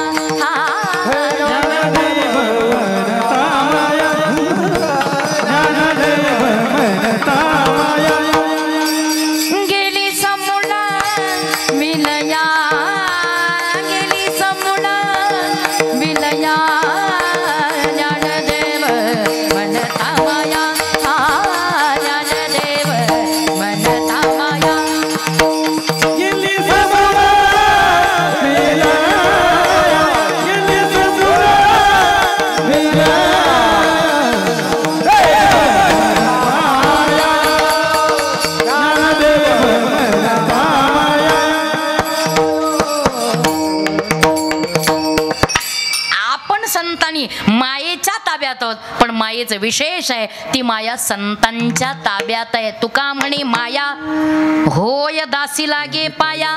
परत त्याच्यामुळं एरते ऐका मायाबद्ध आपण मायेत व्यस्त झालो. याचं कारण असं आहे, देखील या दोन मृत्तिके समान नवविधा रत्न जैसे धोंडे. आपल्याला पैशात नवरत्नात फार मोठी रुची आहे आणि संत याच्या पलीकडे गेले. महाराज म्हणतात अशांना संत म्हणावं ज्यांना पैशाच्या प्रती कोणताही भाव नाही, कोणताही द्वेष नाही, मिळावा अशी इच्छा नाही, नवरत्नांच्या प्रती त्यांचं प्रेम नाही. आणि याच्या व्यतिरिक्त व्यवहारात मला एका प्रश्नाचं उत्तर द्या, आपण आता समाप्तीकडे जातोय. तुमच्याकडं कुत्र नावाचा पाळीव प्राणी प्रामाणिक आहे का लबाड आहे? हा नक्की बरोबर आहे. तुमच्या इकडे काय कुठे काय जगाच्या पाठीवर कुत्र म्हणलं की प्रामाणिक. आणि मांजर नावाचा प्राणी प्रामाणिक आहे का लबाड? दोनच शब्दात उत्तर पाहिजे, एक कोणता तरी, दोन्ही पैकी एक. बरोबर आहे लबाड. जगाच्या पाठीवर कुठेही जा, मांजर म्हणलं की लबाडच आणि कुत्र म्हणलं की प्रामाणिक. हे तर तुम्हाला पटलंय. मग आता मला सांगा, मांजर लबाड आहे, कुत्र प्रामाणिक आहे. मग कुत्र प्रामाणिक आहे राहिला घरात आहे का बाहेर आहे? बाहेर. आणि मांजर लबाड आहे राहिला घरात आहे का बाहेर? बघा तुमची डोकी. जे प्रामाणिक आहे ते बाहेर आणि जे लबाड आहे ते अहो चुली जवळ. दुधाच्या पातेल्यावरच लक्ष आहे. पिते दूध डोळे मिटूनी जात मांजराची, पिते दूध डोळे मिटूनी जात मांजराची, भीती चांदण्याची.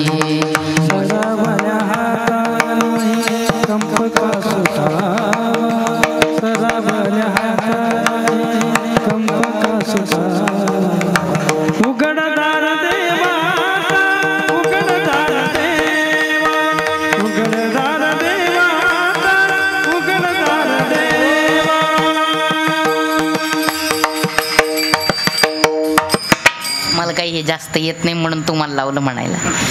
आपलं फक्त चला टोचणी दिली, एकदा टोचणी दिली की चालते चिंतामणी बाबा. ते म्हणले पिते दूर, अहो ते चुली जवळ आहे मांजर. याचा अर्थ जे लबाड आहे ते चुली जवळ आहे आणि जे प्रामाणिक आहे ते घराबाहेर आहे. संतांचं तसं नाही. ते म्हणतायत जे प्रामाणिक आहे ते घरातच म्हणजे लबाड आहेत ती मांजरं, काम क्रोध रूपे ती मांजरं बाहेरच, काम क्रोध दोघे घातले बाहेरी आणि शांती क्षमा घरी राबवीत. पण त्या कामक्रोधाला बाहेर काढणं दादा तसं सोपं नाही. मग तुका म्हणे देह बरीला विठ्ठले, कामक्रोध केले घररिते. एकदा का देह विठ्ठल नामाने भरला की कामक्रोध रूपी विकार आपोआप निघून जातात. फक्त नामाचा आग्रह या देहाला नक्की करावा हे नामदेवराय शेवटच्या प्रकरणात सांगतात. नाम मने नाम गोविंदाचे वाटे, हो नाम मने नाम गोविंदाचे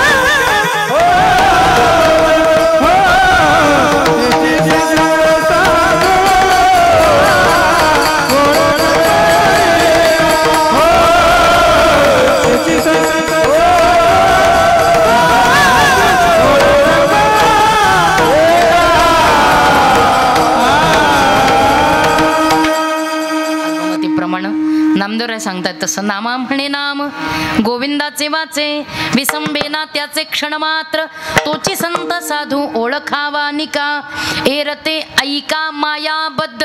महाराज अशा साधूंच्या चरणी साष्टांग दंडवत करूया आणि त्यांच्यातलं बस थोडं तरी ज्ञान थोडे तरी गुण आपल्या अंतःकरणात आणून तसं वागण्याचा प्रयत्न करूया. अल्पमतीप्रमाणे मी बोलले 2 मिनिटाकरता सगळ्यांनी ज्याच्या आशीर्वादाने हे सगळं आपल्याला प्राप्त झालंय त्या भगवंताचं हाताने टाळी मुखाने नाम सुंदर भजन सगळ्यांनी प्रेमाने करूयात. शरणागतीचा भाव दोन्ही हात कृपया उंच करावे. सगळ्यांनी प्रामाणिकपणे माझं जरी लक्ष नसलं तरी भगवंत तुम्हाला पाहतोय या भावाने मोठ्या प्रेमाने हात उंच करून हाताने टाळी मुखाने नाम विठोबा रखुमाई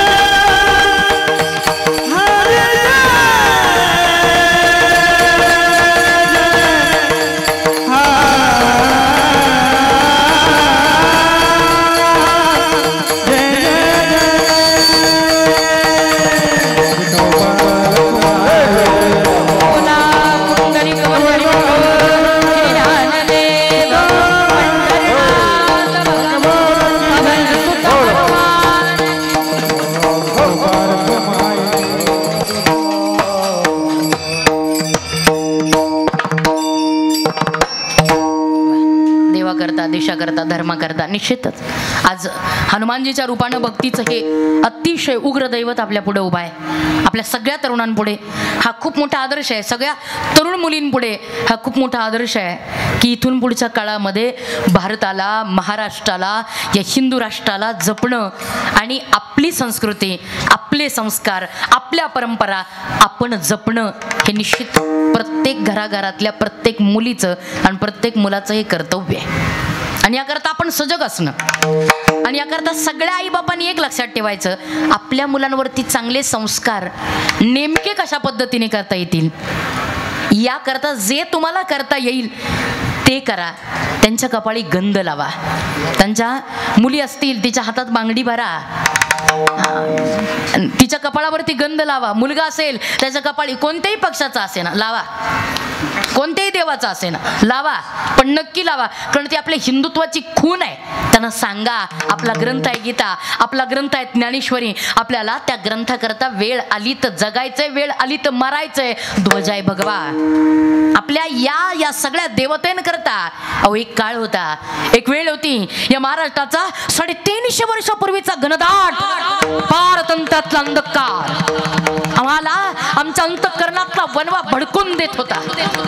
या महाराष्ट्राची अवस्था काय होती अहो बाया बापड्यांवरती बेछूट अत्याचार होत होते. नंगे दळंगपणे कुणी यायचं गावामध्ये घुसायचं आणि त्या यवनाने अन्याय अत्याचार करायचे. बाया बापड्यांच्या इज्जती अब्रू समोर लुटायच्या. बोलणार कुणी नव्हतं. लहानगी पोरं उचलायची त्यांचे नाक कान कापायचे. म्हातारी माणसं दरवाजातच मारून टाकून द्यायची. गावाच्या गावं अक्षरशः बेची राख केली जायची. गावांच्या राख रांगोळ्या केल्या जायच्या.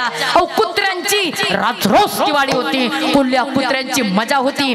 वाघ सिंह कुठेतरी दूर जंगलामध्ये डोंगरामध्ये लपून बसलेले होते. रक्ताचे पाट वाहत होते. प्रेतांच्या राशी पडत होत्या. मुर्द्यांचे डीग पडत होते. बोलणार कोण या भीषण पारतंत्र्याला कोण थांबवणार.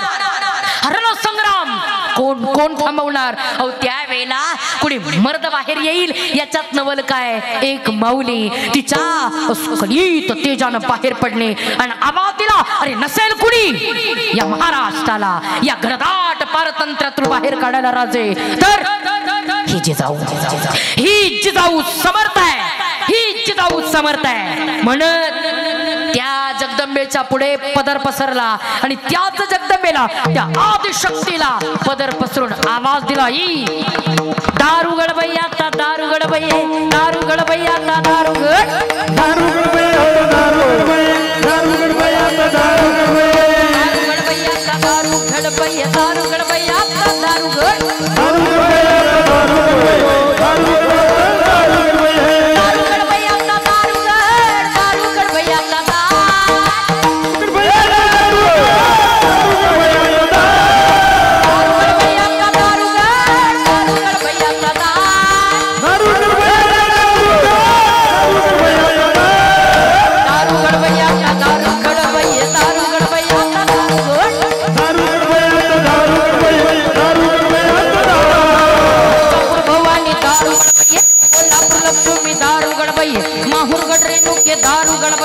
वनीचे सप्तशृंगी दारू गडबई, कोकणचे एकवीरे दारू गडबई, गंधात लक्ष्मी दारू गडबई, गोव्याचे शांतादुर्गे दारू गडबई, कर्नाटक में दारू गडबई, मांडरचे काडूबाई दारू गडबई, नंदत लक्ष्मी दारू गडबई, चतुर्भुज लक्ष्मी दारू गडबई, पाताळ लक्ष्मी दारू गडबई, भैरव लक्ष्मी दारू गडबई, गणत लक्ष्मी दारू गडबई, नंदत लक्ष्मी दारू गडबई, पंढरणी वासिनी दारू गड, दारू गडबई आता दारू गड, दारू गडबई आता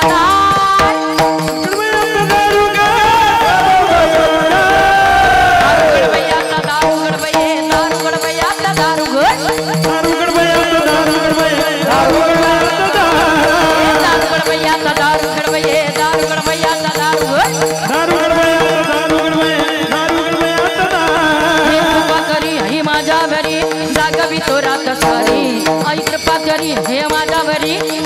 तो रात सारी, आई गोंधळाला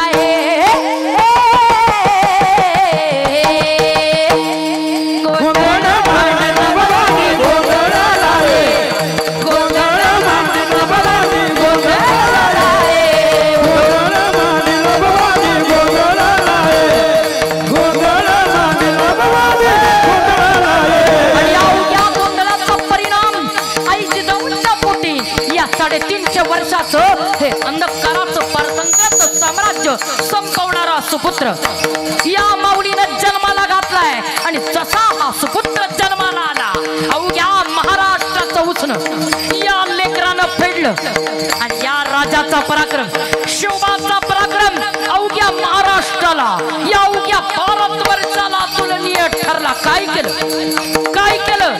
अरे ज्याने वयाच्या 16व्या वर्षी,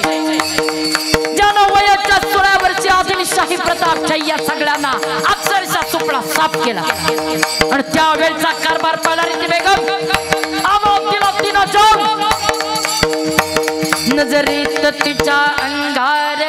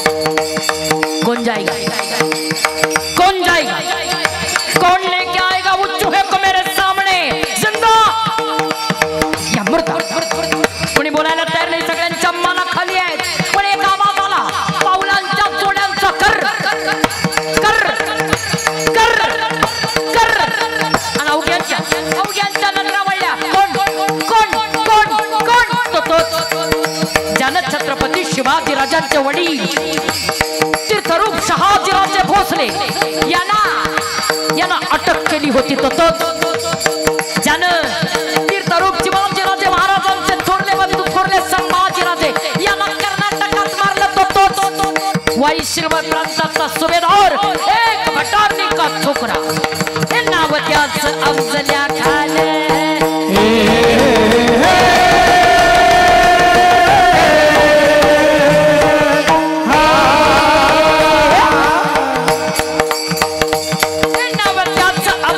खान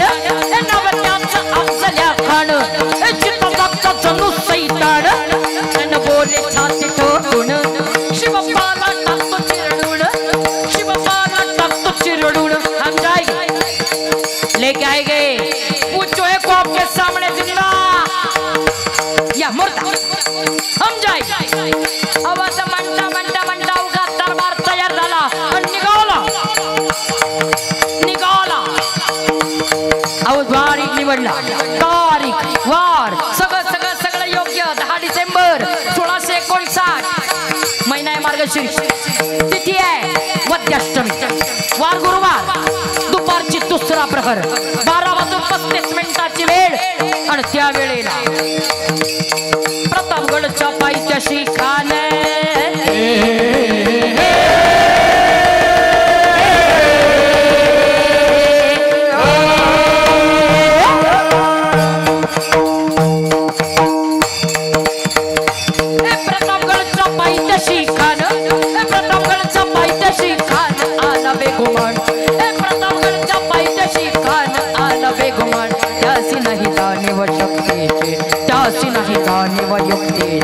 करील काही कल्पना युक्तीची करील काही कल्पना युक्तीची करील काही कल्पना युक्तीची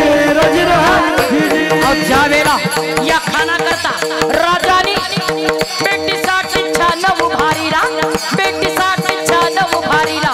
नक्षीदार शामियानाला आणि त्या शामियानात कान डौलत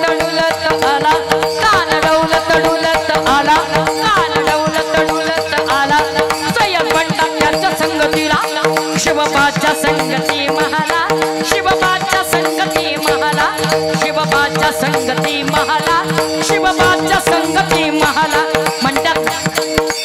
म्हणतात ना होता शिवा म्हणून वाचला शिवा राजांच्या सोबत आहे जेव्हा महाला राजांच्या सोबत आहे संभाजी कवजी कोंडाळकर 10 अंगरक्षक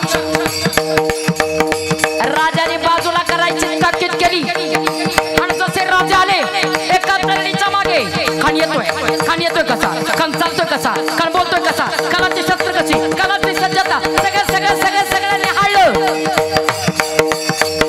आणि आवाज दिला अरे कहा है गोपीनाथ पंतांनी खून केली राजाला इशारा झाली अरे अवघ्या महाराष्ट्राने देव पाण्यात घातलेले आई अंबाबाई हे आई जगदंबे हे शंभू महादेवा हे अमृतेश्वर भैरवा माझा राजा माझा शिवबाला वाचव माझ्या शिवबाला जगव अफजल्याच्या संकटात माझा शिवबा आहे हे आई जगदंबे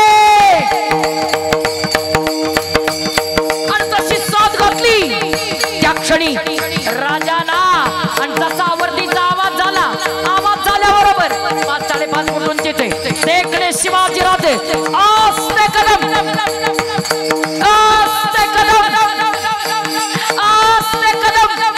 राजे जसे आले आणि आवाज दिला यही है शिवाजी राजे हा उतूर यही है 2 पावलं खान पुढे झाला आवाज दिला ओ शिवाजी राजे ओ हमारे गले लग जा कान हाक मारी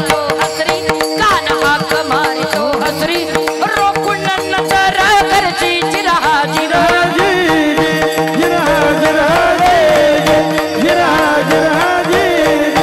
तशी राजाला इशारा झाली राजा आले आणि त्या पर्णकुटे त्या शामियाना तसं या खानाला राजाने आलिंगन दिल्याबरोबर या खानाला दगा केला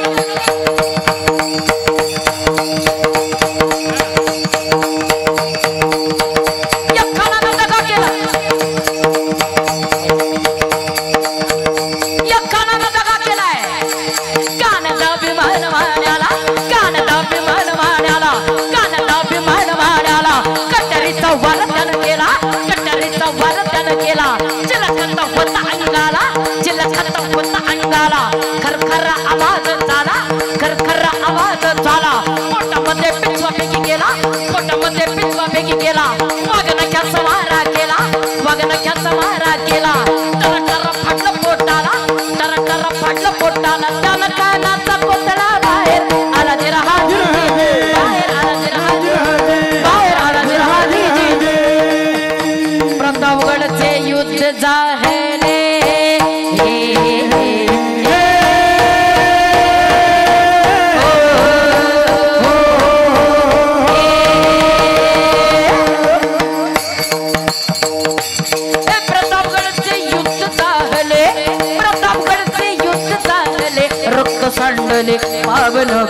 तृष्णेचा घाट लाविली गुलामीची होवाट मराठीशाहीचा मांडला मराठीशाहीचा मांडला ताल जिराजी मराठीशाहीचा मांडला ताल जिराजी जिराजी जी जी जी.